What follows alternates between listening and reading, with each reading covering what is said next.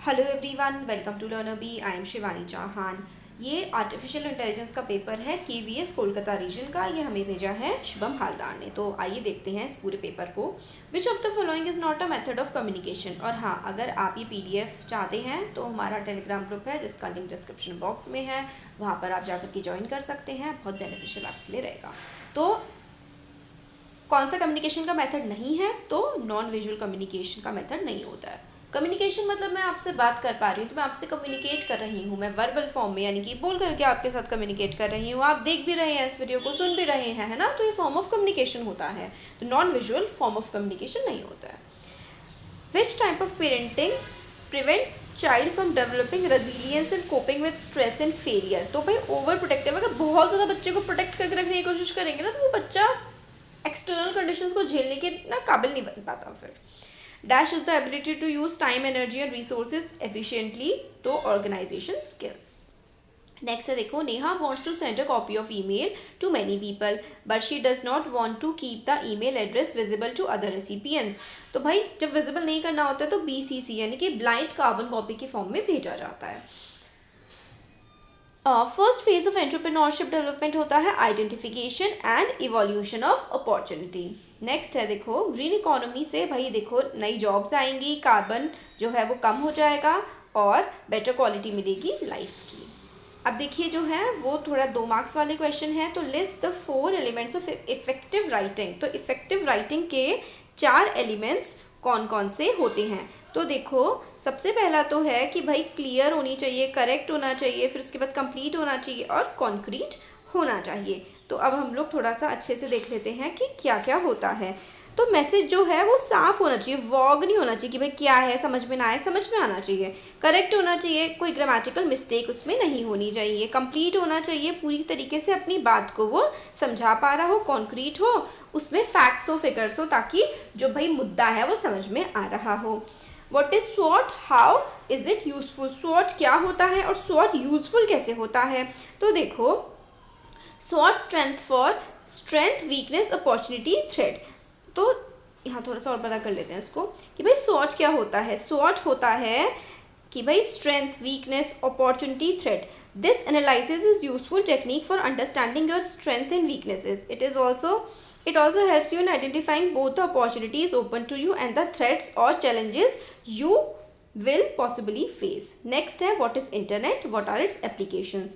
Internet is a global system of interconnected computer network that enables the user to share information and various resources with each other. It uses common communication standards and interfaces to provide the physical backbone of number of interesting applications. Following are some applications. तो education, email, देखो internet तो आपको पता ही है क्या होता है, उसकी एप्लीकेशन भी भैया यूट्यूब एक एप्लीकेशन है ना, इंटरनेट की। ईमेल भेज सकते हो, मैसेज कर सकते हो, पढ़ सकते हो।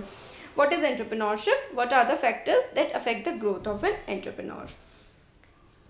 तो भाई देखो क्या होता है, entrepreneurship is the act of setting of a business and taking on financial risk with the goal of making profit. Factors क्या क्या होते हैं? देखो, इकोनॉमिक, सोशल, साइकोलॉजिकल, काफ़ी सारे फैक्टर्स होते हैं। एंटरप्रेन्योरशिप भाई आप कोई काम करो, उसको प्रॉफिटेबल बना लो अपने बिजनेस को, वही एंटरप्रेन्योरशिप होता है। ग्रीन इकोनॉमी क्या होती है और उसके एम्स क्या हैं? तो green economy is an economy that result in improved human wellbeing and social equity while significantly reducing environmental risk and ecological scarcities. Low carbon growth, resource efficiency and social inclusion are the aim of green economy. Green economy का M यही होता है कि भाई सबको जो है resources का फ़ायदा मिले और बहुत ज़्यादा ग्लोबल वार्मिंग ना हो, कार्बन बहुत ज़्यादा मतलब जो है ना निकले।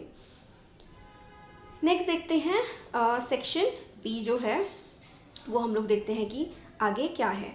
अब देखो इसमें है कि the nodes of artificial neural networks are commonly arranged in, इसको लेयर में अरेंज किया जाता है और ये आर्टिफिशियल न्यूरल नेटवर्क ये बहुत इंपॉर्टेंट है। Decision tree, the starting node उसका रूट होता है। In which of the following learning system to the artificial neural networks do not receive any information regarding expected outputs. तो अनसुपरवाइज्ड लर्निंग हो जाएगा। Which of the following is not an application of NLP? तो facial recognition. AI technology कौन सी नहीं है? Conveyor belt. बाकी सारी हैं तो Siri, Tesla self driving cars और IBM वॉटसन, ये सारी AI टेक्नोलॉजी हैं। Which of the following system use decision tree for analyzing every possible option? तो ब्रूट फोर्स। नेक्स्ट देखो, a decision tree is a decision making tool that utilizes a graph or model of decision and their potential consequence such as change of event, outcome, resource, cost and utility. तो decision tree से ये सारी की सारी चीज़ें आप लोग भाई कर सकते हो। तो डिसीजन ट्री जो होता है वो काफ़ी इम्पोर्टेंट होता है। तो अब नेक्स्ट देखो, नेक्स्ट अपने को पूछा है कि current artificial neural network of part of VKI system. Structure data refers to data that has a predefined data model and which is organised in a predefined way. Machine data refers to data that is automatically generated by systems. और artificial neural network technology है जो कि पूरी तरीके से जो दिमाग काम करता है ना इंसान का, इसी तरीके से काम करने की कोशिश कर रहा है। Microsoft Excel can be use as a tool for data visualisation, बिल्कुल सही बात है। Decision tree can be use for classification task, बिल्कुल सही बात है, ट्रू है सारे के सारे। अभी सारे क्वेश्चन आंसर्स हैं, तो यहाँ पे हम लोग क्वेश्चन आंसर्स इधर से देख लेते हैं, सारे के सारे क्वेश्चंस। अब हम सबके आंसर्स भी देखते हैं और क्वेश्चन भी हम लोग देखते चलते हैं। देखो ये है इसमें कि right short note on neural network. तो जो न्यूरल नेटवर्क है उन पर शॉर्ट नोट लिखना है। तो these are one of the techniques or method of modeling data within the discipline of artificial intelligence.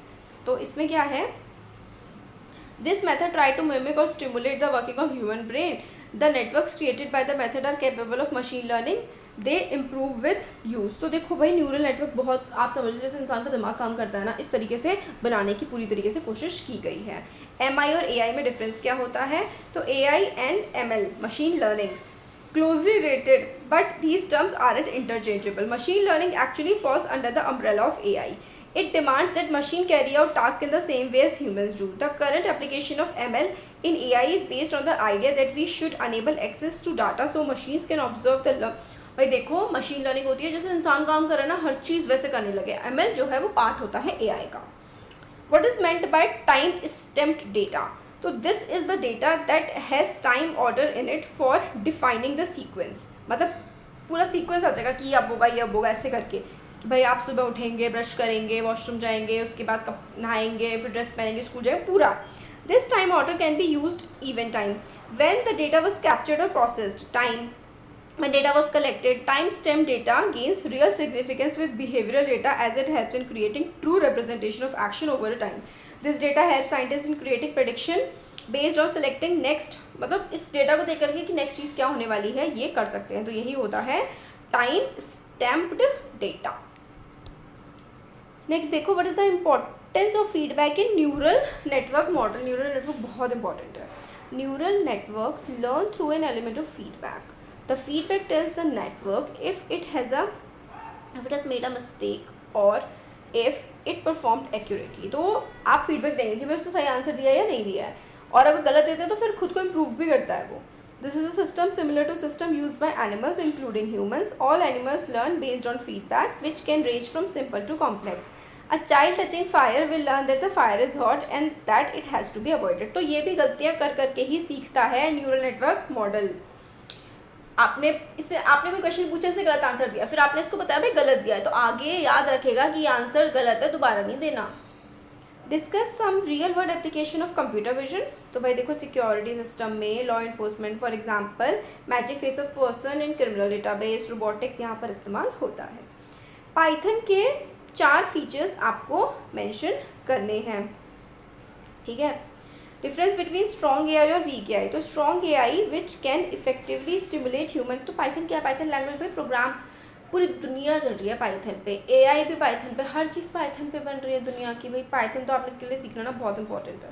Strong AI which can effectively stimulate human intelligence is at the heart of advanced robotics. Weak AI can only predict unique traits that are similar to human intelligence. Alexa Siri are prime example of bad artificial intelligence. Strong AI में wide variety होगी। Human level intelligence uses clustering and association to process data.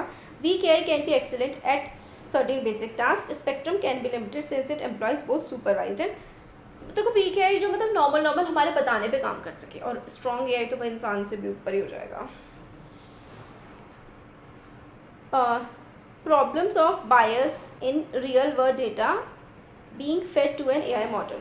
AI system learn from real world data fed into it. This means that AI system can reinforce the bias found in AI system. For example, computer system trained on data for last 200 साल might find that more females were involved in specific job, or that more percentage of successful business were established by men, and conclude that specific gender are better equipped for handling certain jobs. तो ये भाई देखो, आपने 200 साल का data दे दिया और 200 सालों से क्या हो रहा था, औरतें घर का काम कर रही थी और आदमी बाहर का काम कर रही थी। तो एआई को पता क्या लगने लगेगा कि औरतें सिर्फ घर का काम कर सकती हैं और आदमी सिर्फ बाहर का काम करने में अच्छे हैं। तो ये बायस बन सकता है एआई का। Understanding or even detecting such bias is not easy because many AI systems set as black box. The reason behind the decision making is not easy, or in some cases even possible to understand. Many times programmers of AI system themselves cannot explain the logic behind decision taken by AI. कई बार वो जो AI decision लेता है ना, वो किसी को भी समझ में नहीं आता कि भाई ये डिसीजन जो इस AI ने लिया है वो लिया कैसे है। Mentions of weak AI system in existence. तो natural language processing, NLP. The advances in AI is helping in advancing the natural language processing capability of computer system, their ability to understand natural language spoken by human being. Vision system. AI system are helping in many real situation by interpreting and understanding visual data. और फिर speech recognition भी ये करता है। Main components natural language processing के क्या हैं?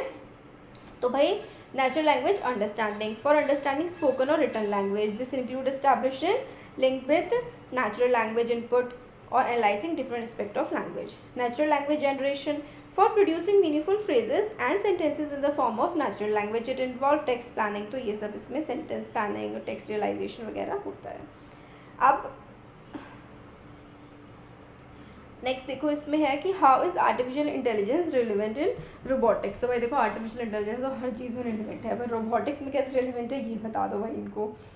तो भाई देखो, इसमें है the field of robotics deal with the construction of programming of robots. Robots are computing machines that have both hardware and software component. Artificial intelligence contribute for the software component and robotics for answering the challenge of developing robotics that can behave and work like human beings. तो ये हो जाएगा। अब ये देखो, mention some AI related careers and skill sets required by them. तो machine learning engineer हो जाएगा, डेटा साइंस में आ जाएगा, बिजनेस इंटेलिजेंस डेवलपर हो जाएगा और AI रिसर्च साइंटिस्ट हो जाएगा। अब है short note on the classification of data. तो स्ट्रक्चर डेटा होता है, अनस्ट्रक्चर डेटा होता है, यहाँ पर आपको गिवन है, आप देख सकते हैं। और 5 SDG गोल्स एक्सप्लेन करने हैं। तो 17 में से कौन कौन से हैं? नो पॉवर्टी, ज़ीरो हंगर, है ना, वाटर सबको मिलेगा, इस तरीके के जो हैं 17 में से 5 SDG गोल आप लोगों ने बताने हैं। पाइथन की प्रोग्रामिंग रिलेटेड है कि भाई आइडेंटिफायर क्या होते हैं, ऑपरेटर, सीक्वेंस, स्ट्रिंग, कंडीशन क्या क्या होती हैं, ये सब लिखा हुआ है। तो ये पूरा पेपर था AI का, बहुत इंपॉर्टेंट क्वेश्चंस थे। होपफुली आप लोगों को समझ में आया होगा। Thank you.